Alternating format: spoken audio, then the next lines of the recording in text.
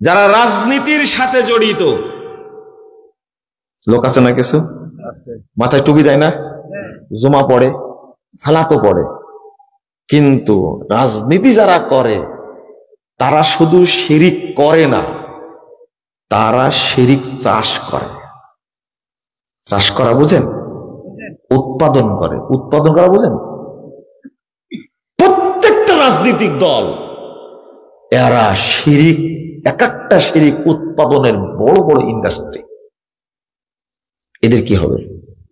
আমি দুইটা ভাগে ভাগ করে নিলাম, কিন্তু এক শ্রেণীর মানুষ কিসের সাথে? ধর্মের সাথে জড়িত, তাই না? আর একটা কি? রাজনীতির সাথে জড়িত। রাজনীতির সাথে যা জড়িত তাদের ইসলাম থেকে খারিজ হওয়ার জন্য একটা কথাই যথেষ্ট, জনগণই সকল ক্ষমতার, আর কিছু লাগবে না। এটা যে এত বড় হারাম কথা, যদি একজন রাজনৈতিক ব্যক্তি বুঝতো এটা কত বড় হারাম কথা, তাহলে আর জীবনে ঘর থেকে বের হতো না, যদি বুঝতে পারত। কিন্তু এখন জিজ্ঞেস করলেন, বলবেন কি? বলবেন সকল ক্ষমতার উৎস কে? আল্লাহ। কত সুন্দর করে বলছেন। কিন্তু আত্রায়ের কলেজ মাঠে যখন যাবেন তখন কি বলবেন? জনগণই সকল ক্ষমতার উৎস। এর চেয়ে বড় মিথ্যা কথা বর্তমান যুগে আর নাই। বিগত 16-17 বছর সরকার ছিল, এরা কি জনগণের সরকার ছিল না? তাই না? কত সুন্দর জনগণের সরকার ছিল, তাই না? বলছে যে পৃথিবীর ইতিহাসে সবচেয়ে ফেয়ার ইলেকশন হয়েছে 2024 সালে 7 জানুয়ারি।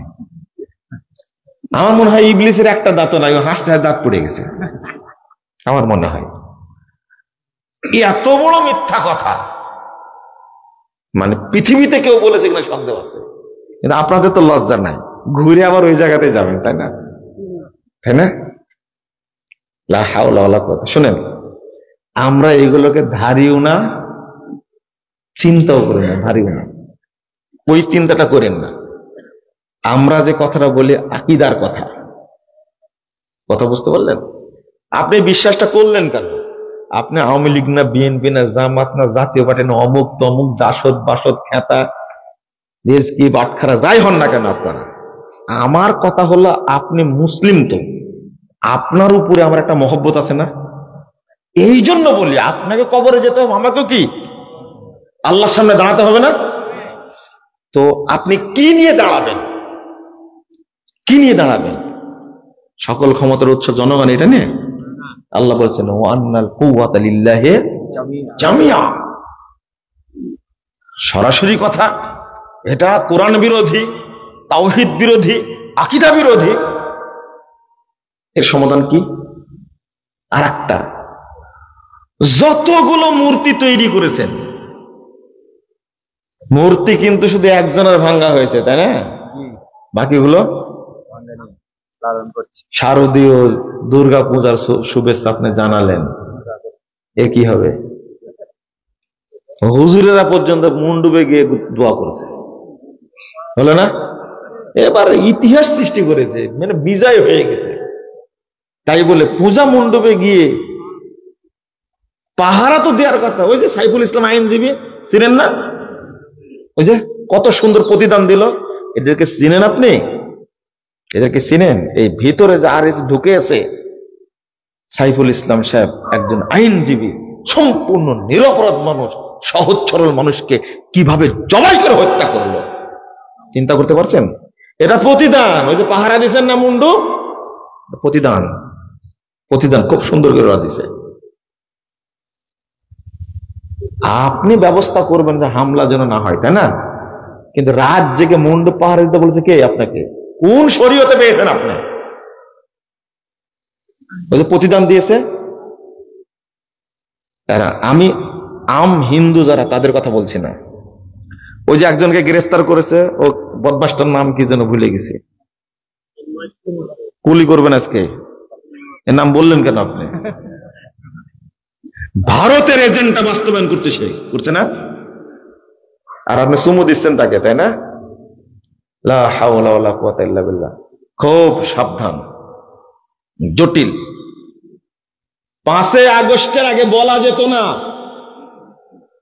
মুজিবের মূর্তি চলবে না, বলা যাবে? বলা যায়নি। গেলেই তো লাল ঘরে ঢোকা দেবে, আয়না ঘর তো আছে রেডি করা। কিন্তু 5ই আগস্টের পরে 2-3 ঘন্টার মধ্যে গোটা দেশে যা ছিল, এই আপনারা কয়টা দেশ সফর করেন, কয় জেলায় যান? আর আমরা তো গোটা দেশ ঘুরে বেড়াই, তাই না?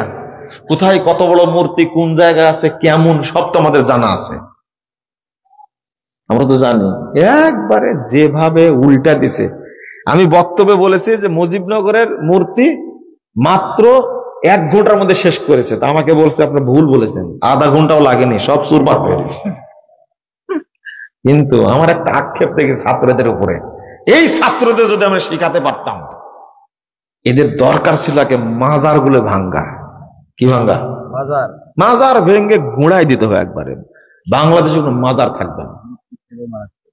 কারণ শেখ মুজিবের মূর্তিতে কেউ সেজদা করে এটা আমার জানা নাই, তবে করতে পারে। কাদের সিদ্দিকের মধ্যে কেউ থাকতেও পারে, কিন্তু আমার দেখা নাই যে মূর্তিকে সেজদা করেছে। কিন্তু কোটি কোটি মানুষ মাজারে সেজদা করে, এটা মানুষ জানে না।